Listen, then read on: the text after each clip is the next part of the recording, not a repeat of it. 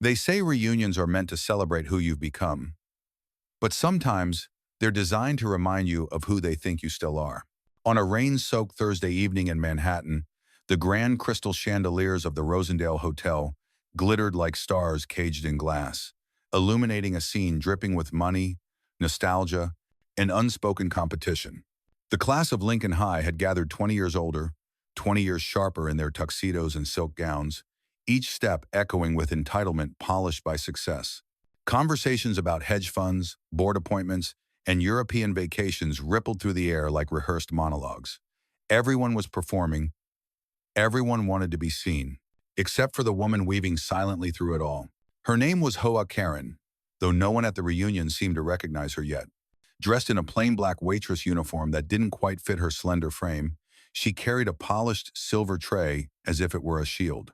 No diamond earrings sparkled at her lobes, no designer heels clicked against the marble floor, only simple flats, soft and unremarkable. To most, she was invisible. Another nameless staff member tasked with delivering champagne and collecting discarded napkins. But if anyone had bothered to look closely, they would have noticed her eyes calm, steady, and impossibly deep, as though they belonged to someone who had already fought 100 battles and quietly won. The high-end restaurant buzzed with the kind of chatter that doubled as judgment. A man in a navy blazer adjusted his cufflinks while whispering something cruel behind the rim of his glass. Two women compared handbags, their laughter sharp enough to cut through the hum of music. Karen passed them without breaking stride, balancing the tray with practiced ease. She had grown up in wealth herself, her family name etched onto library wings and scholarships at universities across the country. Yet tonight, she looked like she had none of it. That was the first spark of curiosity. "Wait, don't I know her?" someone murmured at the far table, though the words were swallowed by the clinking of glasses. Another guest glanced at her, squinting, before shrugging it off. Nobody dwelled long on staff. Still, the air seemed to shift as she moved, as though her silence unsettled the performance of grandeur surrounding her. She paused at a table draped in white linen, setting down crystal flutes of champagne. Her fingers brushed the stem of one glass with a precision almost ceremonial, and for the briefest second, her reflection caught in the rim, a woman who once dreamed of standing in a courtroom, commanding attention with her words. Now she was serving drinks to people who had forgotten her name. Or so they thought. The reunion had just begun, and before the night was over, every mocking laugh and careless whisper would collapse under a truth too heavy to ignore. It began quietly, like a draft slipping through a door. A low whisper, then a ripple of laughter that spread across the nearest table. Hoa Karen felt it brush against her skin as she leaned forward to refill a glass of Merlot.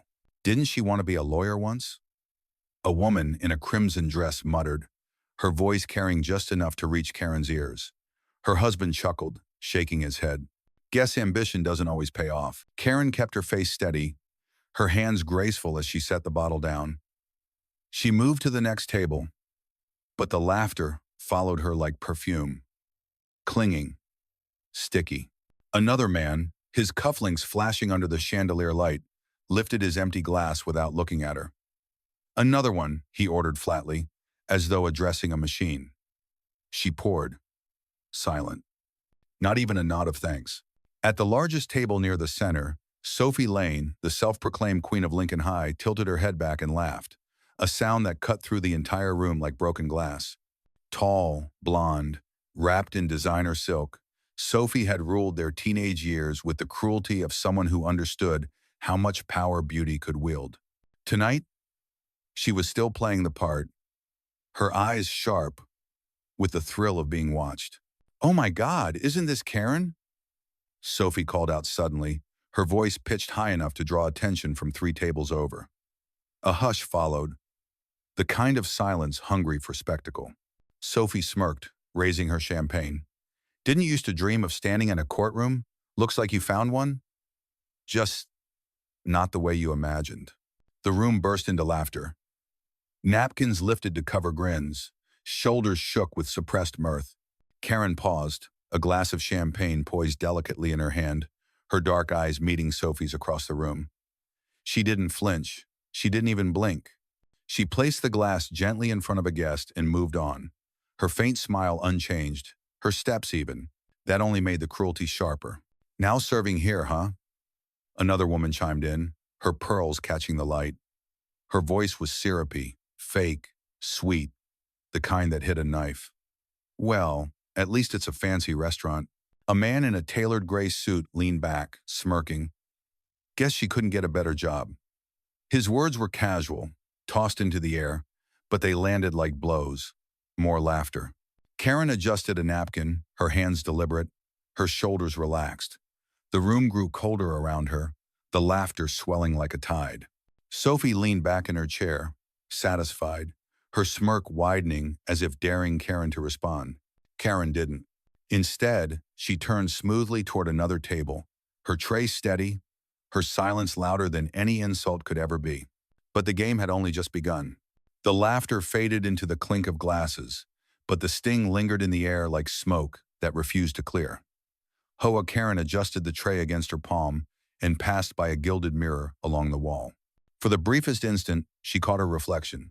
The same calm posture, the same quiet dignity, but behind her eyes flickered something the room could not see. Memory.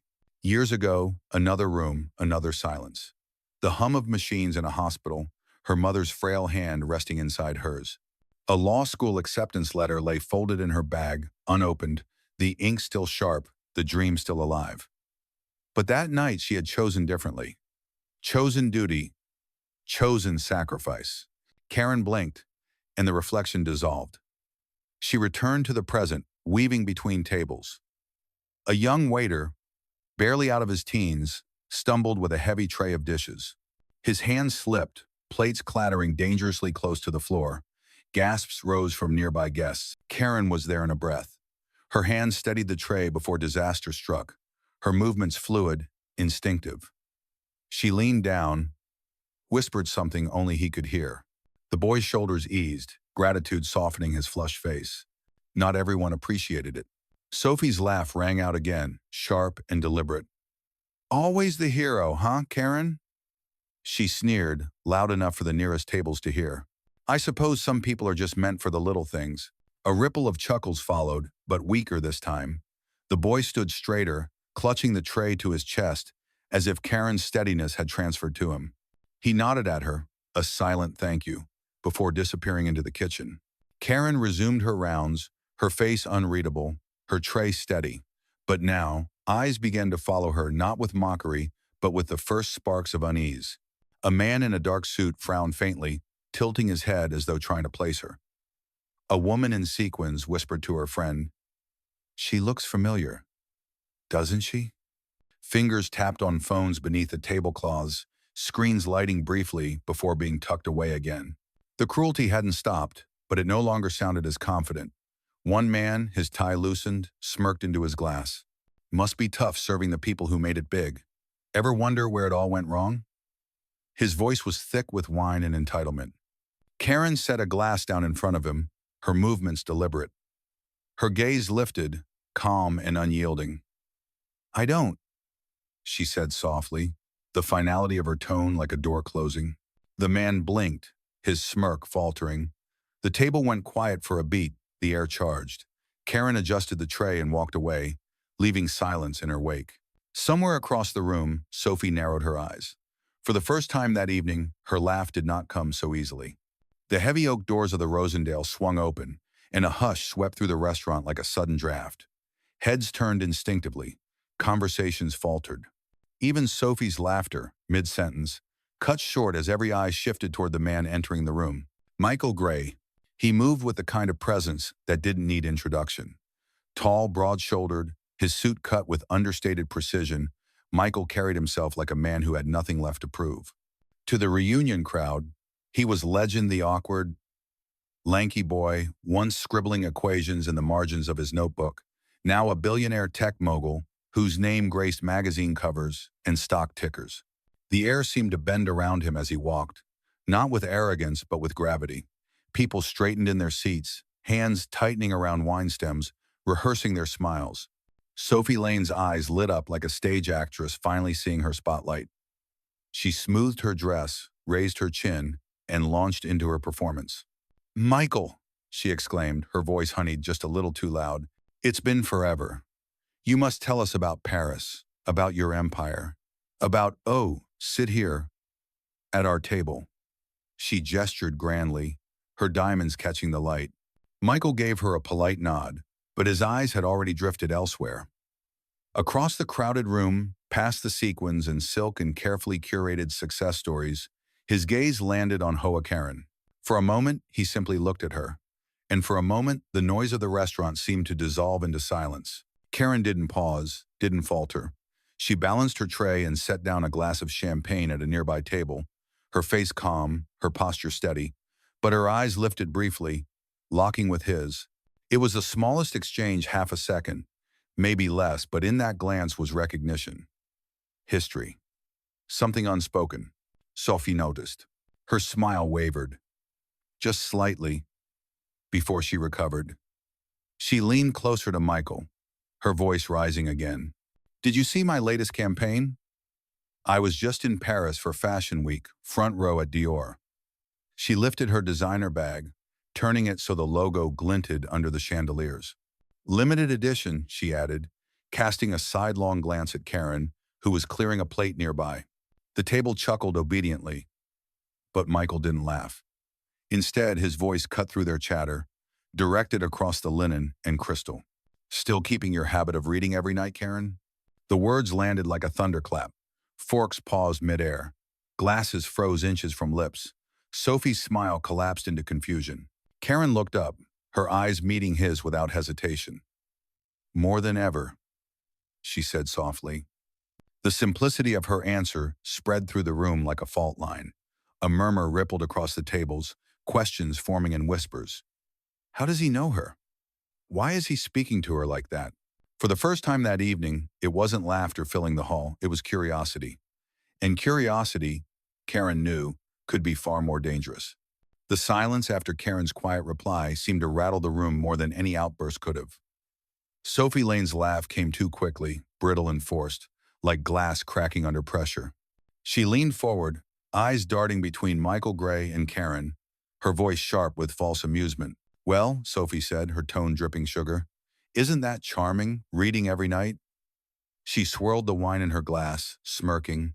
Though I suppose when you don't have much else going on, books do make fine company. The table erupted again, laughter breaking the uneasy quiet. Napkins pressed to lips, shoulders shook, but the sound was thinner now, less joy, more desperation.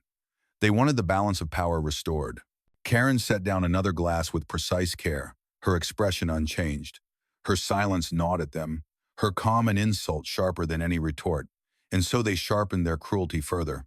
A man in a navy blazer, cheeks flushed with wine, leaned forward. Tell me, Karen, he said, loud enough for the next table to hear, ever regret how your life turned out, serving drinks to people who actually made something of themselves? A chuckle rolled around the table. Sophie's smile widened, her eyes daring Karen to answer. But Karen only adjusted the placement of a fork, aligning it perfectly with the knife beside it. When she finally spoke, her voice was soft, steady, but carried farther than they expected. Regret? Her dark eyes lifted to the man. Number regret belongs to those who measure life by other people's rulers. The words cut like a blade. The man faltered, his smirk evaporating. A heavy pause fell over the table, the sound of distant laughter from another corner of the restaurant ringing hollow against the silence here. Sophie recovered quickly, clapping her hands together with exaggerated delight. Oh, she has spirit, she announced, eyes gleaming. But spirit doesn't pay the bills, does it? Her gaze swept the table, collecting approving nods. Then, louder, she called across the room. Karen, darling, could you wipe this table down? It's looking messy. The table in question gleamed spotless under the chandelier light. Still, Karen stepped forward without hesitation. She picked up a cloth and began to wipe, each movement graceful, deliberate, almost ritualistic. Her calm only made Sophie's smirk sharper. Another woman, heavy earrings swaying as she leaned forward, added, Didn't you attend an elite school? Funny how you ended up in service. A man beside her chuckled. Some people are just built for it. Service is in their blood. Karen's hand paused, just for a heartbeat, knuckles tightening around the cloth. Then she straightened, her gaze flicking briefly to the woman's diamond bracelet before lifting to meet her eyes. "Service builds more than you think," she said, her tone even, her words clear enough to silence the chuckles. The woman's smile faltered. The laughter died. And for the first time, unease, not mockery, spread across the table. But Sophie's eyes narrowed. If Karen thought silence and composure would protect her, Sophie was ready to prove otherwise. The queen bee wasn't done yet. The uneasy silence clung to the table like smoke. Sophie twirled her wine glass between her fingers, eyes glittering with malice, determined to claw back control. "Important?" she said, her voice pitched high for the room to hear. "Karen, did you ever think you'd become someone important?" A ripple of laughter followed, louder this time, desperate, as if mocking her was the only way to silence their growing unease. A man with slick-back hair and a Rolex leaned in, smirking. "Important? Sure. Important for carrying trays." The table roared, but the sound had an edge too sharp, too frantic. Karen's hand stilled on a glass. She set it down carefully, lifted her head, and scanned the table with eyes as calm as still water. Then she spoke, softly, but every word landed like a hammer. "Important," she said. "Depends on who's measuring." The room froze. Forks clattered, laughter died in midair. Even Sophie's smirk faltered, her lips parting in disbelief. The tension coiled tight, ready to snap. And then Michael Gray stood. The scrape of his chair echoed like thunder across the hall. Conversations halted instantly. All eyes turned as he crossed the room, his posture commanding, his expression unreadable. He spoke quietly to the manager, who rushed off, returning seconds later with a ring of keys.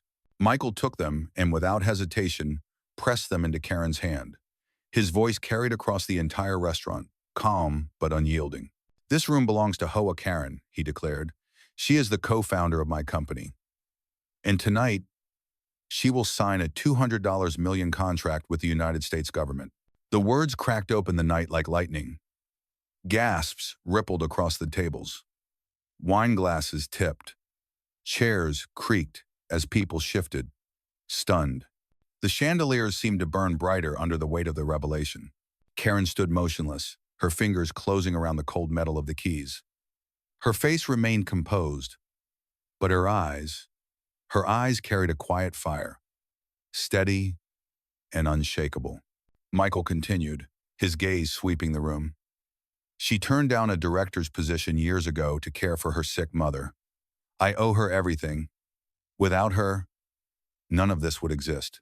A government partner at the VIP table rose from his chair, his voice clear and unwavering. "Miss Collins's input on this contract was invaluable," he said, using the name deliberately. "Her revisions made this deal possible." The weight of truth crashed down like a tidal wave. Sophie's wineglass tilted dangerously in her hand, her knuckles white around the stem. The man in the navy blazer coughed, his face flushed crimson. The woman with the pearls fiddled with her necklace. Her smile gone. Karen did not gloat. She did not need to.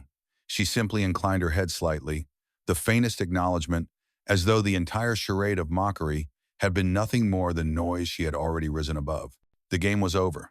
The queen bee had been dethroned. The silence that followed Michael's declaration was heavier than any applause. It pressed down on the reunion like a storm cloud ready to burst. Eyes darted, wineglasses trembled, and the once glittering laughter of the evening had curdled into something sour, uneasy. Sophie Lane forced a laugh, brittle and high, like a violin string stretched too tight. "If she's the co-founder," she scoffed, her voice sharp with disbelief, "why is she working as a waitress?" Her words rang out, desperate for validation. But instead of laughter, there was only the hum of whispers. Phones appeared under the tables. Screens, lighting faces, pale as fingers, typed furiously. "Hoa Karen, Michael Gray, co-founder." The room began to turn. A man in a gray suit shifted uncomfortably, his earlier smirk replaced by the hollow stare of someone who had just realized the cruelty of his own words had been witnessed by more than just the people at his table. Somewhere in the corner, a woman's phone buzzed with a notification already.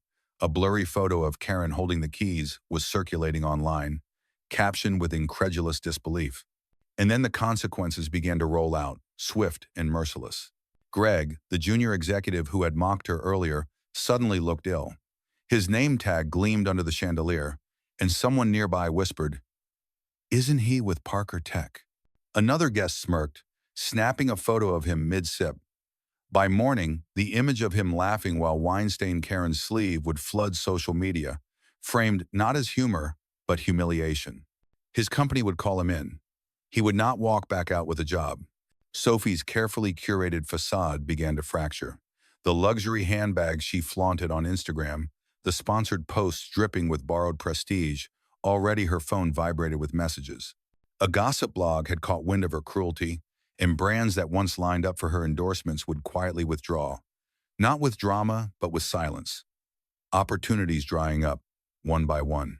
The woman with the pearls, who bragged of her philanthropy while sneering at Karen, fumbled with her napkin, her smile collapsing. By the following week, her name would vanish from gala invitation lists. Too controversial, they would whisper. Not the kind of image we want associated. Karen noticed none of it. Or perhaps she noticed everything but chose not to give it weight. She walked calmly across the hall, her tray balanced, her posture unbroken. Her silence was the final condemnation. She didn't need to defend herself, the truth was already doing the work for her. Around her, the energy of the restaurant shifted. The laughter that once had swelled so cruelly now withered into hushed murmurs. People avoided her gaze, staring into their glasses or phones, unable to reconcile the image of the woman they mocked with the power she actually held. The shadows had caught up with them, and Hoa Karen, steady and serene, moved forward as though she had been waiting for this moment all along. The air in the Rosendale no longer vibrated with arrogance, but with something heavier, shame, awe, and the dawning recognition of truth. The chandeliers still glittered, the wine still shimmered in crystal glasses, but the atmosphere had shifted irrevocably. What had once been a stage for mockery had become a courtroom where silence itself delivered the verdict. At the VIP table, one of Michael Gray's senior partners rose to his feet. His suit was immaculate, his gaze sharp, but his voice carried warmth as it cut across the uneasy quiet. "Miss Karen," he said deliberately, his words crisp enough for every ear in the hall. "Your revisions made this contract possible. Without them, we would not be here tonight."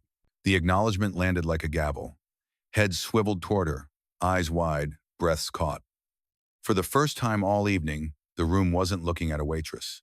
They were seeing the architect behind the deal that had drawn half of Washington's attention. Karen inclined her head slightly, her expression composed.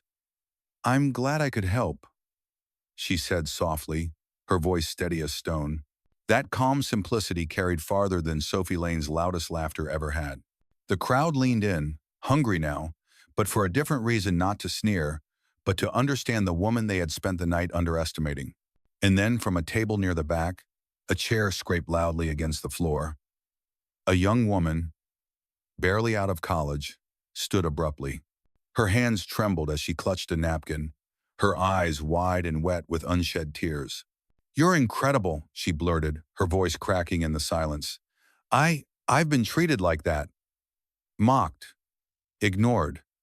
And you didn't break." All eyes turned. The young woman's face burned crimson, but she kept going. "Thank you," she whispered, her voice trembling yet resolute. "Thank you for showing us we don't have to bow." A hush swept the room, deeper than before, charged not with cruelty but with emotion. Karen's gaze softened. For the first time that evening, her faint smile held warmth instead of restraint. She stepped closer to the young woman, her tray lowered.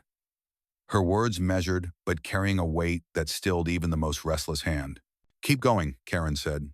2 words, simple, almost fragile, but they rippled through the hall like a current, sparking something raw and undeniable. The young woman sat back down, tears in her eyes, but her chin lifted higher than before. Around the room, whispers shifted from ridicule to murmured admiration. A man at the far table muttered, "She's stronger than any of us knew." Another, quieter, added, "Maybe stronger than all of us combined." At Sophie's table, no one laughed anymore. The queen bee sat frozen, her hand clenched around the stem of her glass, her carefully crafted smile unraveling under the weight of a truth she could not erase. Hoa Karen stood steady in the center of it all, not triumphant, not boastful, but simply present. And in that presence was something undeniable: power. The night pressed on, but it no longer belonged to the reunion. It belonged to her. The clinking of cutlery and the artificial chatter had faded into background noise, swallowed by the gravity of a presence no one could ignore. Hoa Karen no longer moved like a waitress weaving through a room. She moved like the center of its orbit, steady and undeniable. She crossed the floor, her flats whispering against polished marble, and memories lapped gently at the edges of her mind. The hospital room, her mother's frail smile, the words spoken through labored breath. "You don't need to prove anything to anyone. You just need to be." And she had been. Quietly, relentlessly, faithfully until tonight, when her silence spoke louder than every insult hurled her way. At the VIP table, an older woman in a tailored navy suit handed Karen a leather folder. "We've been waiting for you," she said, her voice warm, her expression filled with the respect the room had denied Karen all evening. Karen opened the folder, her hand steady, and signed her name in ink that glittered faintly under the chandelier light. The final flourish of her signature echoed louder than Sophie's cruelest laugh. She closed the folder, handed back the pen, and inclined her head. "It's done." Around her, the room shifted again, not with noise, but with the stillness of realization. The classmates who once whispered now avoided her eyes. Their smugness dissolved into something brittle and small. A few stared into their glasses, as if wine might wash away shame. Others fumbled with phones, scrolling, refreshing, desperate to rewrite the narrative already slipping out of their control. At Sophie's table, no one spoke. Sophie herself sat rigid, her knuckles white against the stem of her glass. The pearls, the silk, the diamonds, none of it shone as brightly as the quiet dignity that had eclipsed her. The queen bee, dethroned by a woman who hadn't needed to sting back. Karen made her way toward the door, Michael Gray falling into step beside her. He said nothing he didn't need to. His presence was enough, steady as stone, silent in solidarity. Together, they crossed the threshold. Outside, the New York night unfurled in lights and noise. A violinist on the corner played a haunting melody, the notes rising like smoke into the starless sky. Karen paused, her eyes closing for just a moment, letting the music settle around her. She slipped a bill into the musician's case, her touch light, almost reverent, before walking on. Behind her, the reunion hall still buzzed, not with laughter, but with the uneasy churn of consequences. Tomorrow, the stories would spread, careers tarnished, reputations dismantled, opportunities lost, shadows catching up, truth unraveling the masks. But Karen wouldn't look back. She never had. She lifted her face to the night, to the faint glimmer of stars barely visible against the city's glow.